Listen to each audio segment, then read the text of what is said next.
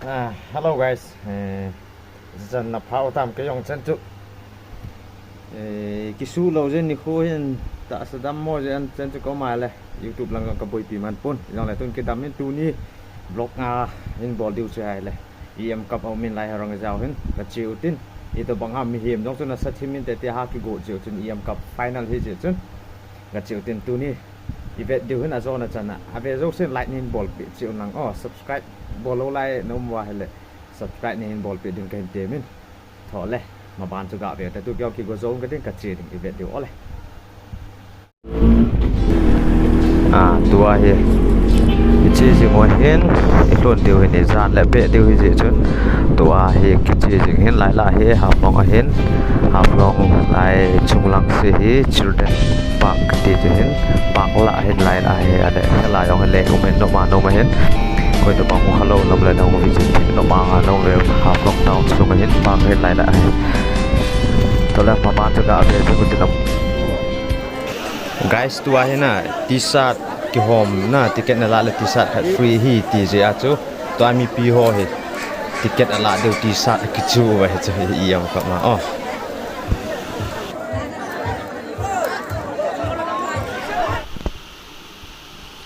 guys จอยน้ำมูกบอมให้จ่อบอนะให้บอมร็อกเก็ตกิที่ห่อคนน่ะไอ้กอลเห็นทุนทำถึงแล้วหงหาลเดี๋ยวไอ้โลเลยแต่ทำมอน half time ให้โลเลยกิเจ็บกิใจ winners ฮาร์ดโฮหงอีกกี่ปะมันเห็นสารถึงเราเห็นหาลเดี๋ยวกิเจ็บเป็นเอาเห็นหาลแวะเต่าอีเวทเดี๋ยวจ่อไอ้เห็นหาลเดี๋ยวนัสสักคนให้มันตำคนขัดเวียปูอันที่แรงมังกะแรงกินอันนี้เวทุเวกะปูห่อไปจะร็อกเก็ตจอยตั้งจอยอะไรนะกูก็เบลว่าเจียวแล้วมีมาตำวาลเจนกับเบลเต้นี่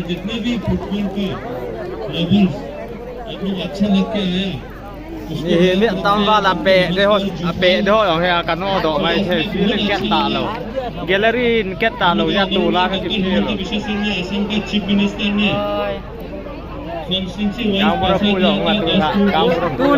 tu ni mi tam de cha si nang ka chang lo thiu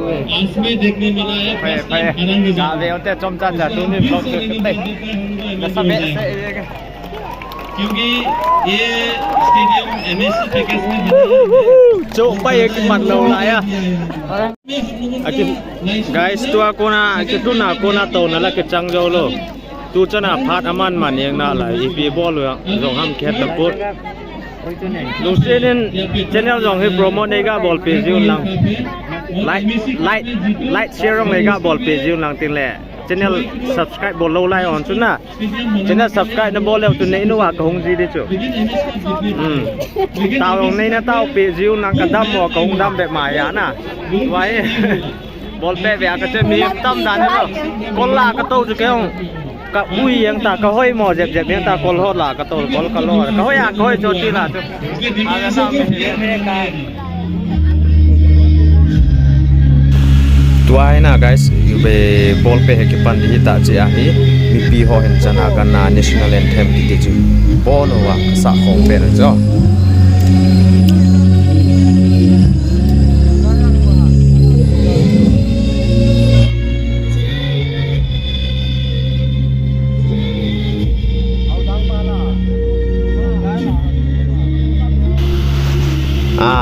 kipa om ten tu chun mi pi hon ho bung la khat ka ga sa chai vin hey ha ki chol set jeng mi pi tam dan ga be bo thanop mong jeng hey kare hey ki pan lo lai ki hit ki pai jeng ka ten guys man the yong ki so pon te zo teng le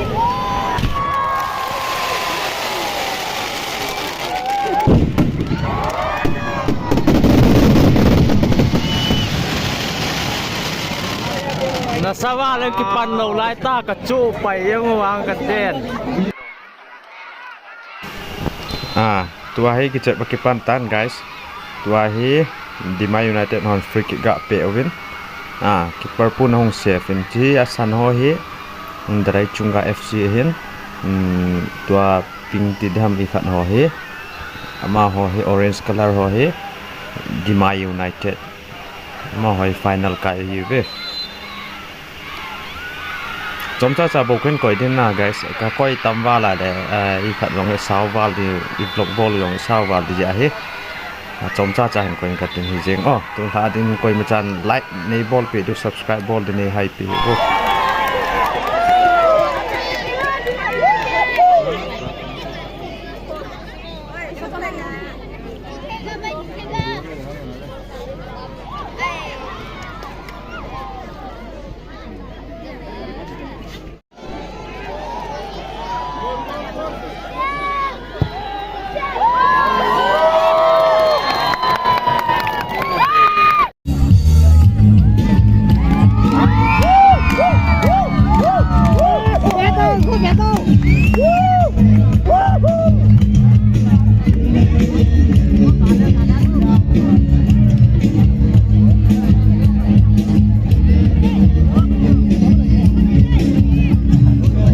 Agam zain na kichi the he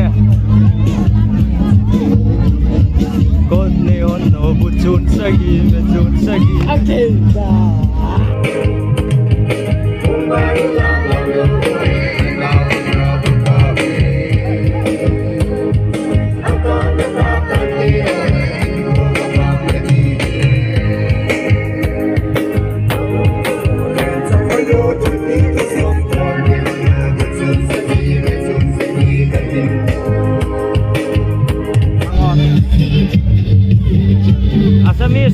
Assamese zat nam tua Assamese so la cho chu wa le nge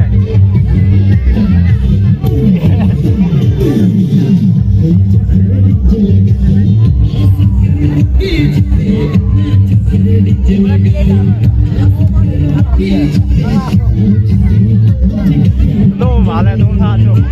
ke ho la go ka no ma wa chu final cho chu the nge guys tuai half time hin mi pi hoi kilon let du jenga lautin mi zat num ham ti tua ka tin na yong in chunga kona ga akau do ka din he o a be go mi tam da te nga le tung ha dance party ti hon ka be o te na half time pe na mi lam pe na ho ka be o te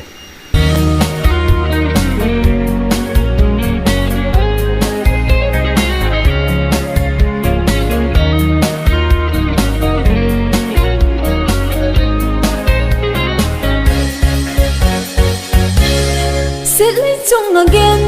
lên thấy có lùng xì best player man mu he best lai lum pa he ball pe na chol be se guys to tu kichap kichai tan Dimai United 3 dalai chunga 0 nil ahin Dimai United hi haflong ka kona club ahin je chun kipa min chen chu video ve ho zo se chunga na chunga ba kipa tu pen sen lai jong hin ball pe che diu in kan te mun ne he ama ho hi win first la chu Dimai United from Haflong town Dimai United first one winners first prize ekisado hin lai chunga ho hin second ala he first hi 2 lakhs with trophy hin second chu trophy with 1 lakh kipa omya hijenge ipi hijong le anomin video eve pi ho jo se chung kipa thu ken se in long se nang ho kinet pi jala cho jong ki ball he jin like share subscribe men ball pi jing dewa kan ti mene he kipa